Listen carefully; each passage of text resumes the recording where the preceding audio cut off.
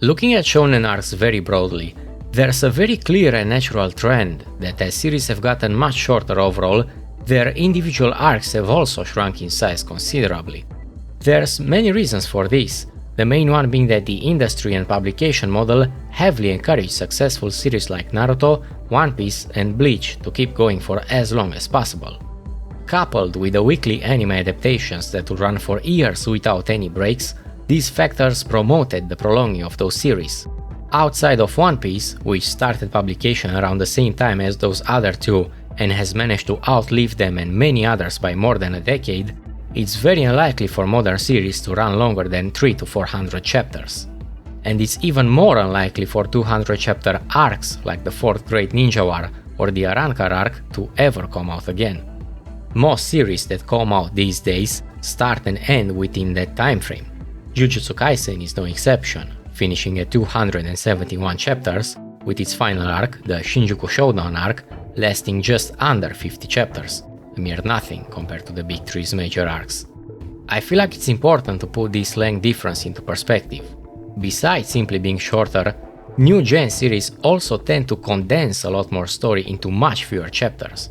Authors nowadays don't seem like they want to spend their whole lifetime on only one series, so most modern titles move at a much quicker pace. However, even among the smaller arcs from recent shonen series like Chainsaw Man's 9-chapter Gun Devil arc, Kaiju No. 8's 7-chapter Cataclysms arc, or My Hero Academia's 6-chapter Star and Stripes arc, it's still extremely unusual for series to condense any major non-slice of life arcs into only 5 chapters. Looking at perfect preparation as part of the overall story, it's easy to think of it as a side arc for a side character that doesn't bear much significance when compared to the main plotline. But despite its brevity, I consider it to be one of the most efficient and impactful arcs, not just as part of Jujutsu Kaisen, but in modern shonen as a whole. In anticipation for Season 3 Culling Games, which I'm not particularly a fan of, I was especially looking forward to how the anime will handle adapting such a short yet crucial arc. The first half of the episode did an outstanding job and managed to elevate the emotional moments of the manga to new heights. But alongside Mai's death came a murder of the tone and atmosphere, completely undoing and misinterpreting the subtlety that Akutami Gege was most likely aiming for. After multiple rewatches and some time to ruminate, I couldn't help but feel a sense of disappointment by the end. For most people, the most glaring difference between anime and manga is going to be the lack of sound and absence of animation when it comes to manga. To call one inferior to the other will be a fundamental misunderstanding of both mediums. I feel like it's almost redundant to even mention that they each have their strengths and weaknesses as storytelling tools, but since I'm about to go with a fine-combed tooth through both versions, it does need a mention. The most crucial difference between these two forms of media is the rate of consumption, that is, the pace at which the audience inputs the story. With manga being a static visual medium, the reader can progress through the story at their own pace. If someone wants to linger on a double-page spread and analyze every tiny detail in the art, then that's great. If they want to rush through the speech bubbles and get to the next plot point as fast as possible, then that's also great. The point is that the choice is entirely theirs. Anime, on the other hand, is an audio-visual medium with a predetermined runtime for each episode, usually 24 minutes. Regardless of who is watching, every viewer is going to experience and intake the story at the exact same pace. It's important to note that I mean pace, not style or interpretation. Of course, people will have varying feelings and reactions towards it. In an anime episode, the director is indirectly telling the viewer how long to focus on each scene by allotting it an X amount of runtime, whether that be to elicit a particular emotion, convey a certain tone, or set a specific atmosphere. In manga, that choice is left to the reader, which makes panel layout and flow extremely important. An author is not going to write a footnote that instructs the reader for how long to look at each panel, so, as a very general rule, the bigger the panel, the more important the scene. But in an anime, all scenes are usually displayed at the exact same aspect ratio. So the only way to convey the importance of a scene is through runtime, soundtrack, and visual emphasis within the scene. And it's exactly these three elements, music, pace, and emphasis, that the latter half of the episode used to reshape the tone of the manga and failed to convey what Akuta Migege intended. I feel like the initial praise for perfect preparation needs some justification. After all, I could tell you that the 2016 Berserk anime is the greatest work of art, but it requires some pretty heavy persuasion to convince you of it. This arc is initially set up as an errand for Maki to head to the Zenin headquarters and retrieve tools from the cursed warehouse. She is intercepted and defeated by Ogi Zenin, her father, and is thrown inside the training hall along with Mai to be eaten by cursed spirits. When looking at this setup in isolation, it doesn't seem like much. Instead, what makes this arc so efficient is how it compresses multiple layers of story into just a few chapters. We get intense action, major character development for Maki, a devastating conclusion for Mai, and a deeper look at just how cruel the Zenin clan is. All of this while maintaining a tight narrative focus. Every panel has a clear purpose and nothing feels wasted. It's insanely hard to convey this much meaning in just 5 chapters of an arc. What enables such tight pacing are the subtle hints and glimpses of Maki, Mai, and their fraught relationship with the Zenin clan, carefully planted throughout the story.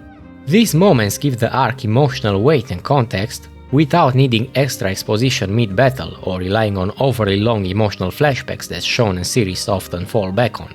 By the time Maki reaches the Zenin headquarters, the audience already understands 90% of the power, social, and family dynamics within the Zenin clan. So even with just 5 chapters, the arc can use every panel to focus solely on the gravity of the story. I guess you could say that the setup has been perfectly prepared. Considering how much planning and work Akuta Migege most likely put into foreshadowing conflicts and setting up the characters, I feel like it will be a disservice not to take a closer look at some of it. The very first time Maki is introduced, Megumi calls her by her surname. She immediately rejects it, saying, "Don't call me Zenin." Right away we get a hint that she wants to distance herself from her family. In the manga, this scene seems to be cut short just a tiny bit earlier by Panda intervening, but both versions get across the same idea. Later, when training for the Tokyo Goodwill event, Megumi asks Maki what kind of people she wants to save, and she seems not to have given it much thought. And when asked by Nobara why she became a sorcerer, she once again responds in a snarky manner, saying that it was to annoy her family and prove them wrong. A couple of episodes later, Mai is introduced alongside Todo. When Megumi refers to her by her last name as well, she rejects it too, just like Maki did. At first glance, she displays a much more cruel attitude compared to Maki, and taunts Nobara and Megumi about Yuji's death. Earlier, when Maki was introduced, she jokingly asked Nobara and Megumi why the gloomy mood, and regretted the funeral joke. Small moments like these already begin to establish subtle parallels between the two sisters, before the story explicitly explores their relationship. After a short confrontation between Todo and Megumi, we finally get the first direct interaction between Mai and Maki. There's some animosity between the two, but at this point it's not exactly clear if it's just banter between sisters or anything more than that.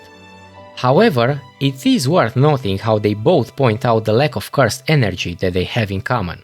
Throughout the Goodwill event, we also get several glimpses of how Mai tends to be the one instigating conflicts between the two. She asks Norito Shikamo to let her fight Maki, and always seems on the edge whenever Maki shows up. During her short fight with Miwa, Maki displays great hand-to-hand combat skills and adaptability. And later when fighting Hanami, Megumi's comment on the difficulty of handling the 3-section staff also hints at her extensive range of proficiency with cursed tools. Hanami further praises Maki's reflexes and quick thinking.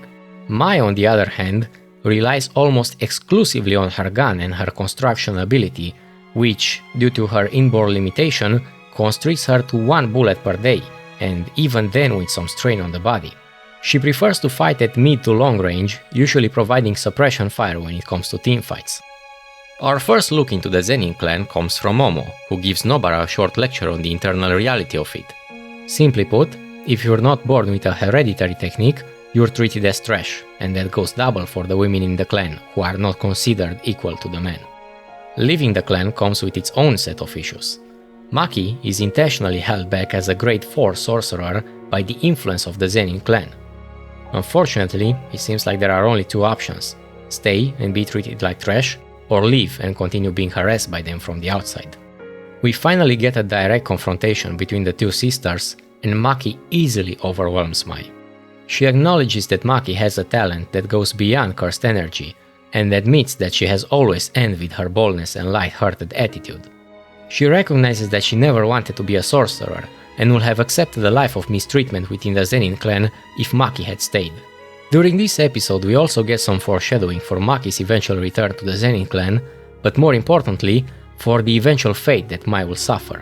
"Why didn't you fall down the same hole with me?" refers to Mai's wish for Maki to have stayed in the clan, but it also foreshadows the moment they will later share in the training hall.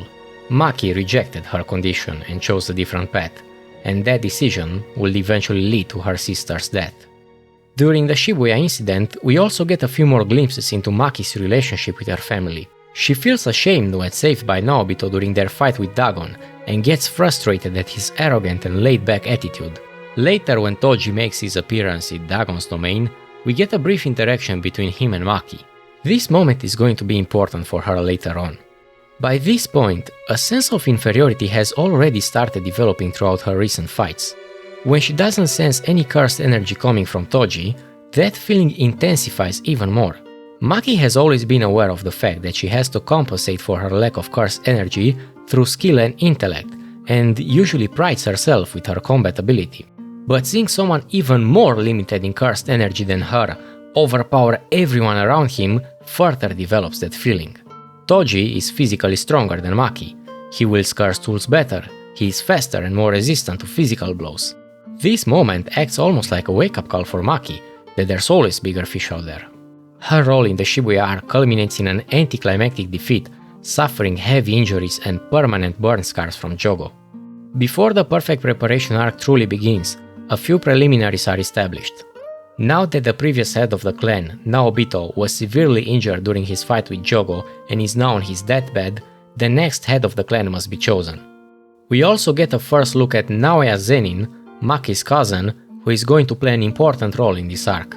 He holds deeply misogynistic views, and because of his hereditary technique and his father being the current head, he rightfully considers himself as the next clan head. One important thing to take note of is his comment on Mai's submissiveness compared to Maki, whom he considers unfit to be a proper woman. His remarks before the reading of the will hit sharp, but considering the social dynamics of the clan, they all ring true. This is also where Ogi's status gets hinted at. Later on we find out that one of the reasons he wasn't chosen as the next head of the clan is tied to the quality of his children. As the reading of the will proceeds, Toji's posthumous influence over the clan shows up once again. To all the members' surprise, it is explained that in the event of Megumi's guardian, Gojo Satoru, passing away or being mentally incapacitated, then Megumi shall be brought back as the next head of the clan. At this point Maki has recovered from her injuries, and her appearance has changed drastically.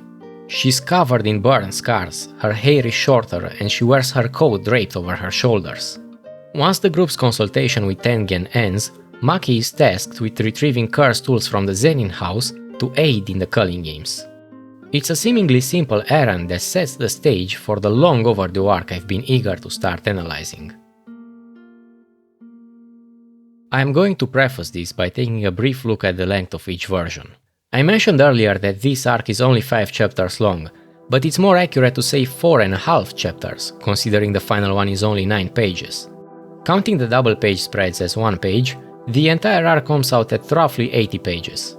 I've seen some people claim that the adaptation was rushed or that it should have been split into 2 episodes, and I will call that complete insanity, for reasons I'll get into in a moment. Unlike a standard episode, this one has a special runtime of 25 minutes, not counting the opening and ending songs. That gives the adaptation roughly 3 pages per minute to work with, and that's in an arc packed with action sequences where almost no dialogue is spoken. The episode opens up with Maki slowly approaching the Zenin residence. There's an almost ominous feeling as Naoya humiliates Maki for her looks and inquires into her reasons for visiting. He belittles her and flaunts the pride he takes in his sexist views by assuming the only thing left for Maki is to follow Megumi or Yuta like a lapdog. The title card's bright yellow color contrasts in a fitting way with its static placement and the dark colors of the Zenin residence in the background. The outer edges of the title card are cut short and encapsulate the whole symbolism of severance that is present throughout this entire arc. Just to name a few, the physical slashes and cuts that Maki, Mai, Ogi, and the Hei members endure. The emotional bond between Maki and Mai that ends in death for the latter, bringing about Maki's condition as a half being finally becoming fully realized. The entire Zenin clan family connections being forcibly cut off through the death of everyone but Maki. It's an almost poetic beginning to a tragic end. Maki refuses to engage in his provocation and heads to the warehouse. In the manga, this scene feels very brief, being only 2 pages long. The anime chooses to settle on Naoya's remarks for a little longer. Naoya pauses between questions, and when reminiscing about the time he used to bully Maki, we get this flashback as a glimpse through the window, like we're physically looking into their past. As Maki approaches the weapons vault, she's being warned by her mother that they may not enter it. Her comments on Maki's rebelliousness and her seemingly compliant attitude towards the clan's rules give us an idea of how a woman is expected to act within the clan. We also get a brief flashback of Maki's discussion with Megumi on who should take the title of the clan head, and the reason she ultimately rejects it is because she doesn't yet consider herself capable of creating a safe place for Mai. Once Maki enters the vault, we also get a better idea at what exactly is happening behind the scenes, and that eerie atmosphere finally starts to make sense. The balance of power between the 3 main clans, Gojo, Zenin, and Kamo, has always been a delicate subject within the Jujutsu society. Killing off Megumi right away will have put an ugly stain on the Zenin clan, since he's on good terms with both the Gojo and the Kamo clans. But with Satoru Gojo's implication in the Shibuya incident and him being labeled as an accomplice by the higher-ups, any attempt at unsealing him will be deemed a crime by the Jujutsu headquarters. Jinichi and Ogi decided to take advantage of this and kill off Megumi, Maki, and Mai under the pretense that they were traitors conspiring to unseal Gojo Satoru. All of the clan politics that have been set up through bits and pieces of dialogue scattered throughout the story lay out this intriguing backdrop for why Maki is being ambushed. Coupled with the family dynamics that have been hinted at ever since Maki's first appearance, and it makes perfect sense why Ogi will come up with this plan.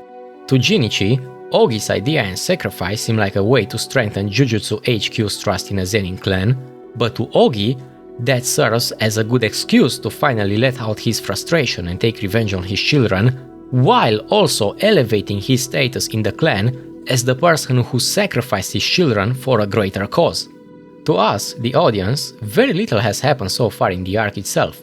Maki arrived, exchanged a few words with Naoya, and entered the vault. But it's the groundwork that's been carefully established from the beginning of the series that enables the pace of this arc to move at breakneck speed while also holding all this meaning behind it. Ogi explains to Maki the situation, but this is where the first important difference between the anime and manga appears.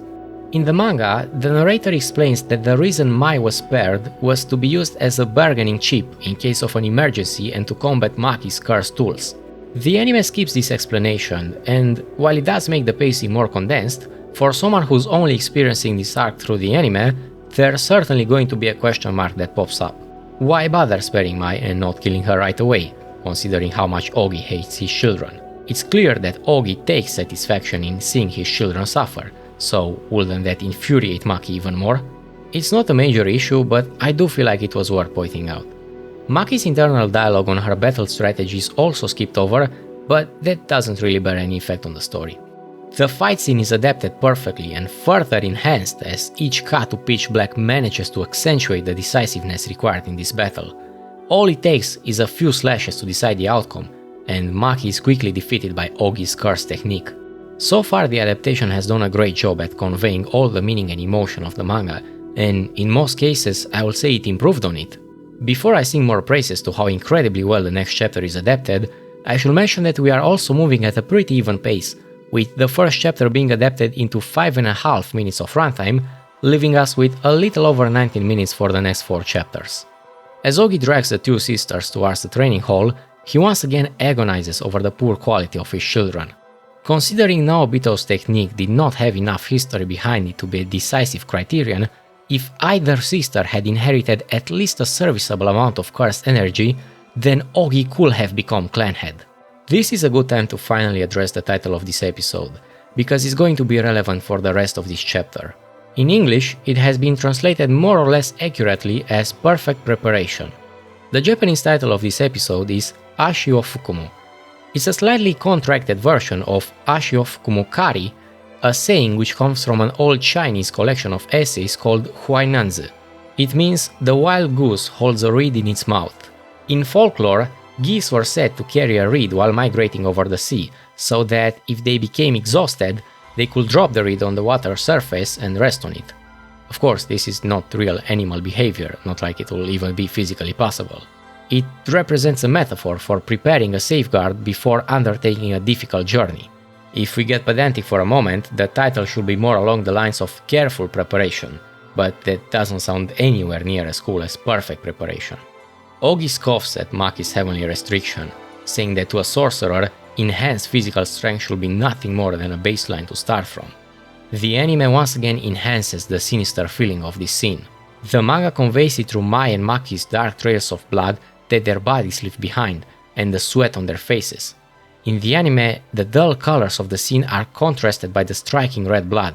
But we also get the addition of a soundtrack that rises in volume as Ogi approaches the training hall, almost as if the audience is being dragged closer to the cursed spirits held in there. He bids them farewell with one less scornful comment, not even taking the time to witness their deaths. When Mai checks Maki's condition, in the manga we see tiny speech bubbles that forewarn the cursed spirits waiting to lash at them, but the anime takes a more sensible route of just letting the unsettling screeches carry the tension. This is an important scene for Mai, and the anime takes its time to show her caressing Maki's face as the background screeches go silent and all we can hear is Mai's tired breath. I've seen a lot of criticism towards Mai and Maki's dreamlike interlude, some people once again claiming that it was rushed. This scene is only 6 pages long in the manga and flashes by very fast. Mai briefly explains the reason why they are both so weak and that she's never had any intention of getting stronger. And because of the way Jujutsu biology treats identical twins as one individual, regardless of how much Maki will train, it won't matter. Mai's words give a pretty clear indication at what she intends to do, and Maki tries to chase after her and stop her. The words she cries out don't even register for Mai, and as she grabs her hand, Mai asks only one thing of Maki. Destroy. Everything. Big sister. It's very hard to do the anime the justice it deserves for how well it adapted this scene, but I'm gonna try my best. For a split second before Maki wakes up on the shore, we get to see an ultrasound of the twins while they were still in the uterus. We'll get a better look at it in a moment, but in the manga this part is a single illustration used as the cover page for the first chapter of this arc. As the ebb of the sea washes over Maki, she gets up and Mai explains the gist of her technique. For the first time in the series, we get a much more calm version of Mai. Since her appearance in season 1, she's always carried herself as a snarky and bullying character. On every encounter that she's had with Maki, it was either a nagging remark thrown at her or straight up some physical attack. Even with her Kyoto classmates, her persona was on the more cynical and sarcastic side. But here she seems almost like a different person. It's an unsettling mix of reconcilement, determination, but also fatigue. She's being very direct in everything she tells Maki, and there's no trace of her previous behavior. She straight up tells Maki that she's going to die after one last effort. She bids her farewell and heads toward the water. Maki calls out after her and we get a better glimpse at that ultrasound image. We see the twins' umbilical cords being entangled like a braid, symbolizing the fate and cursed energy they share in the Jujutsu world. Mai will never grow stronger because Maki doesn't have a cursed technique to develop, and Maki will never grow stronger because Mai doesn't see any point in it. Perhaps if Sukuna hadn't, he will have shared the same limitations as Maki and Mai. As Mai explains to Maki the futility of pain and suffering in the context of twins, we see a flock of geese flying over the sea, with 2 birds falling behind the formation, one just slightly ahead. The flashback from season 1 when Maki was always the one taking the lead as she held Mai's hand hits even harder now. In strength, determination and initiative, Maki was always the one ahead. The scene is set so that the sun is rising in the east and light is cast on Maki's left side. Mai is the one heading south, literally and metaphorically. For those who've read further in the manga and remember Nanami's words from Mei Mei, if you head north, it means you want to become someone new, and if you go south, it means you wish to return to who you were before. If you remember the question I posed earlier in this video when Mai was first introduced, about whether Mai's mocking behavior towards Maki was animosity or just banter, well, this scene gives us the answer. The emotional background music that accompanies the rising sun, the sweeping clouds that symbolize the ephemerality of this final interaction, and the one last glance that Maki takes at Mai, seeing the little sister she's always wanted to protect and create a place she can call home. It all culminates into one thing. Mai's sacrifice leaves one creation in this world, and is symbolized by a reed that Maki will always be able to fall back on, just like the goose that carries it in its mouth. As Maki wakes up, she tries to call out to her sister amid the puddle of blood, but by this point she's no longer there. Using her last bit of strength, she gave her life to create an exact replica of the split soul katana that Toji used before, and with her death, she takes away all the cursed energy she shared with Maki. To call this a perfect adaptation is an understatement. Unfortunately, this is where I start being pretty harsh on the adaptation choices and the changes in tone. There's going to be a ton of animation issues that I'll get to once the fight with the Kukuru unit starts, but for now I just want to point out the scene where the cursed spirits surround Maki. It's not a big deal, but the zooming out coupled with the still cutouts of the cursed spirits does look a bit jarring. In the manga, Ogi catches a glimpse of Maki coming out of the training hall, and her presence instills a familiar feeling of dread inside him. As soon as he realizes the resemblance to Toji, he activates his curse technique and attacks, almost like it's an automatic fear response. In the anime, he seems a lot more composed and takes his time to assume the curse technique stance. Toji and Maki's side-by-side panels showcase their overwhelming presence, and the reader can take their time to observe the aggression they both project. The anime not only goes over this scene really quickly, but it also does so in a very underwhelming manner. There's an overlap of their silhouettes, but it all looks very static and unimposing. If you've watched the video this far, I think I've made myself pretty clear that when I'm judging the quality of an adaptation, I'm never basing my criticism on how close it is to the source material, but rather how well it conveys what the source material intended and if it managed to elevate it. I am not saying this scene, or any scene for the matter, has to be a one-to-one copy-paste of the manga with some coloring and animation. I am also not saying the animator should have used the exact same framing that the manga did, but this is not good. This scene is supposed to be our first glance into what my sacrifice led to, a being that, for the first time in 13 years after the death of Toji Zenin, is devoid of any trace of cursed energy. Instead, we get a still frame of Maki with Toji's silhouette barely moving over 5 frames. I have to be honest, this is the level of animation I expect from One Punch Man Season 3. We get one last shot of the geese that represent the rest of the Zenin clan as Maki heads towards the surface. Once again, there's some subtlety in tone that's misrepresented. In the manga, it looks like Maki is sitting still as she looks at her sword and takes a moment to ponder over what she's about to do, but in the anime this moment feels a lot less substantial as she's walking. Before I look at the next chapter, there's one last thing that I want you to take note of because it's going to be extremely important for what follows. Please look at and keep in mind Maki's expression in this panel, because it's really worth 1,000 words. Do you see any splendor in her expression? Any joy? Any form of excitement? Or instead, there's melancholy, contemplation, and somberness? To get back on track with the episode's time management, the second chapter was adapted into 6 minutes and 40 seconds of runtime, which, considering all the emotional moments, I feel like it was time well allotted. The third chapter that adapts the Kukuru and Hei unit fights sits at a similar runtime, except, as I'm going to try to prove soon, it's time completely wasted. The chapter begins with Ranta warning Jinichi and Naoya of Maki's rampage. Nobuaki Zenin, the captain of the Kukuru combat unit, orders to seize her immediately. Their reaction to Ogi's death also gives an idea of how much they care for each other.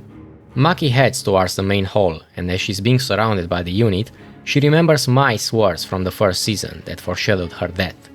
"Why didn't you fall down the same hole with me?" meant accepting the harsh conditions they would have endured together if Maki had stayed in the clan. She realizes that if she wanted to save Mai, that would have been the right choice. Her fight with the Kukuru unit is very short in the manga, only 4 pages, and it really accentuates the difference in skill gap between Maki and the others, as well as her mental condition at that moment. Even though she might seem full of rage, she's never actually the one that initiates an attack. Anytime she kills someone is either because she's trying to defend herself or she's being surrounded and trying to escape. Every panel is used with purpose and displays her almost animalistic fighting style.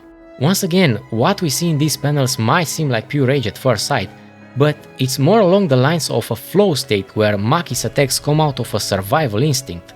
From the start of this fight all the way to her encounter with Naoya, Maki doesn't utter a single word. When Nobuaki arrives, her expression remains the same, and when ambushed from multiple angles, the only impression it gives is pure focus. Both of these fights ending in so few pages reflects the urgency and magnitude of the moment, giving the reader a palpable sense of the stakes, just how razor thin the margin for error really is. So, what does the anime do to convey all of this? Nothing. Instead, it makes it look like she's enjoying herself. Her moves don't look calm and calculated. She initiates the attacks herself.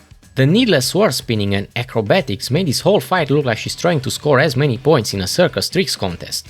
The grayscale transition and absolutely out of place music completely ruin the mood of this scene. We're way past a serious mood by this point and it only keeps getting worse. All the shots that follow look like they're trying to show how badass Maki is. The blood skating, blood gushing out every second, blood splattering every visible surface, and the music that pretty much makes fun of everything that's happened with Mai. It is baffling how this idea even passed the storyboarding process. The Sukuna vs Mahoraga fight in the manga was also very short compared to its anime adaptation. The manga version took only about 30 pages, while the anime added a lot of original bits and extended the manga ones, resulting in 14 minutes of runtime. The difference, however, is that everything that was added further enhanced what the manga was trying to convey. Mahoraga's main ability was adaptation, and that ability was well leveraged as a possibility for animation showcases and great Sakuga moments. Highlighting Mahoraga's adaptation to more attacks than in the manga, inserting comedic moments like Sukuna tasting soda for the first time, him being arrogant and cocky, and in general just prolonging the fight works so well because it fit with the tone and story of that encounter. Of course it makes sense for Sukuna to get more moments like those, he's always fighting for the love of the game. Of course it makes sense to increase the fight's runtime, that's exactly what Mahoraga represents, endless adaptability. You can absolutely alter the original source by cutting, adding or changing parts of it, but it has to be within the storytelling context it's trying to tell.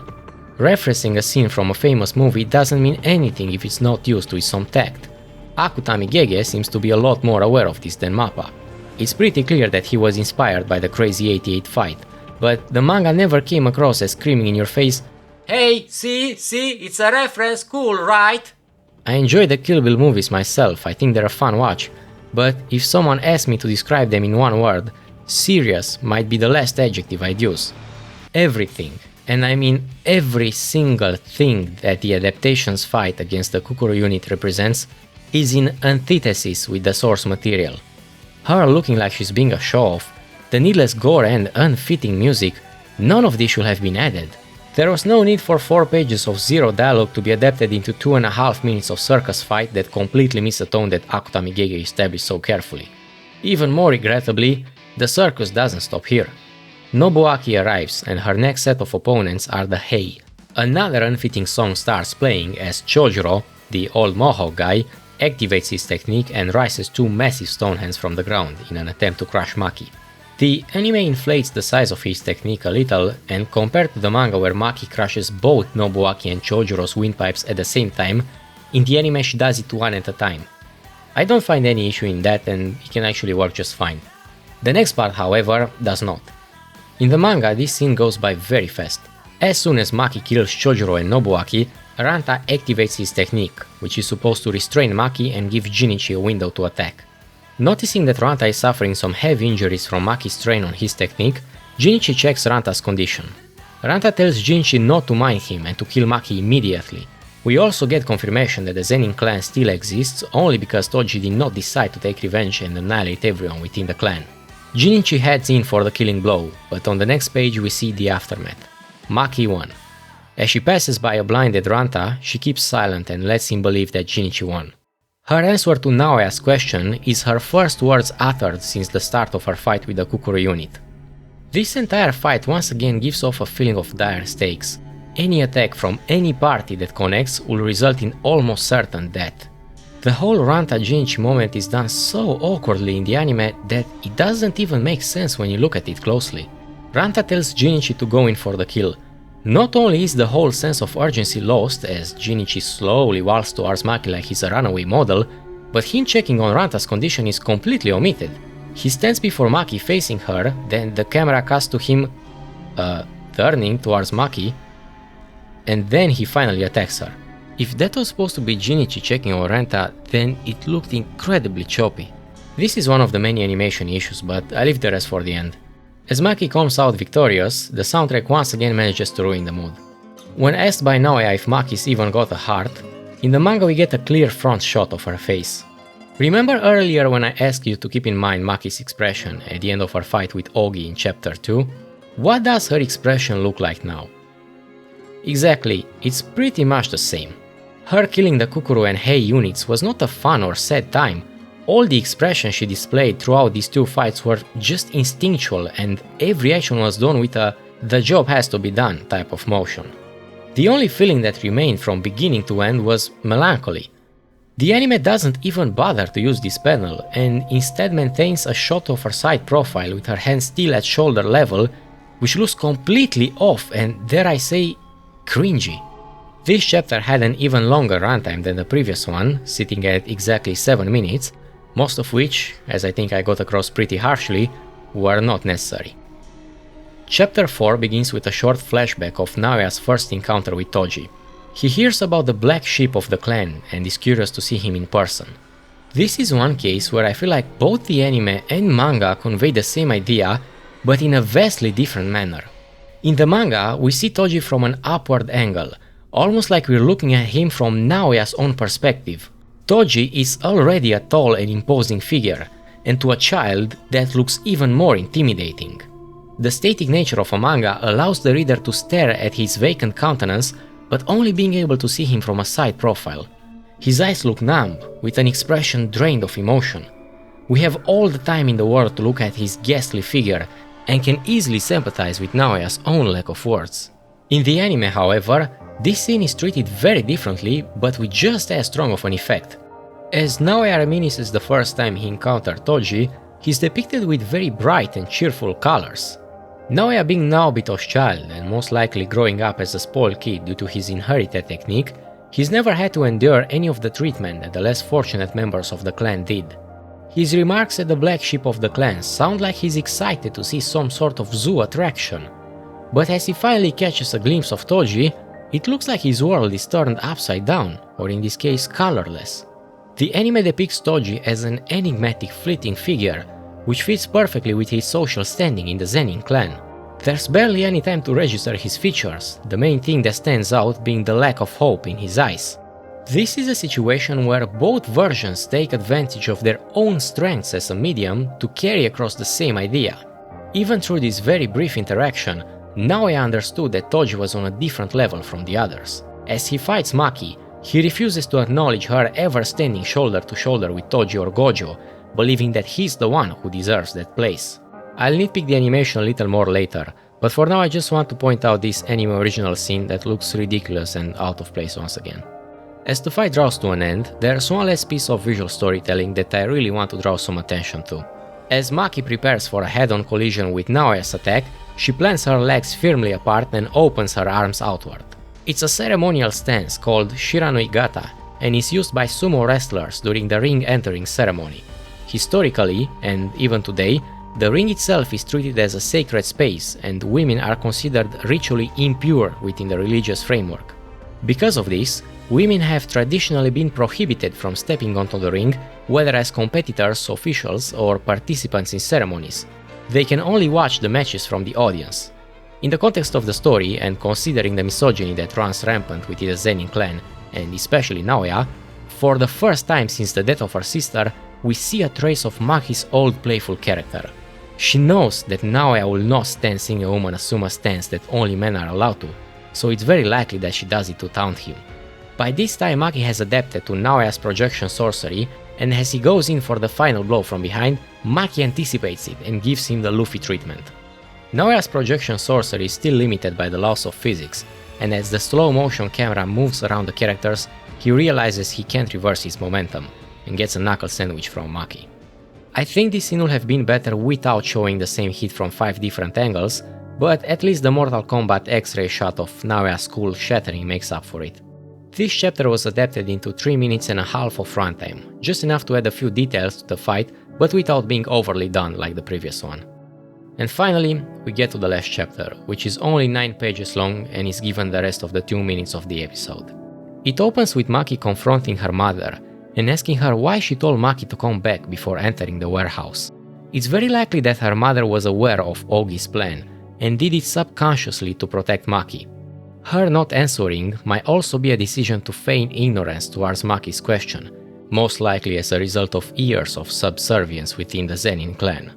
Either way, Maki slashes her, but before she takes her last breath, she finds Naoya who's still alive and delivers one last stab. A few episodes earlier, Naoya mentioned how any woman who can't walk 3 steps behind a man should be stabbed in the back and die. How ironic. As suspected, her mother was yet another victim of the Zenin clan.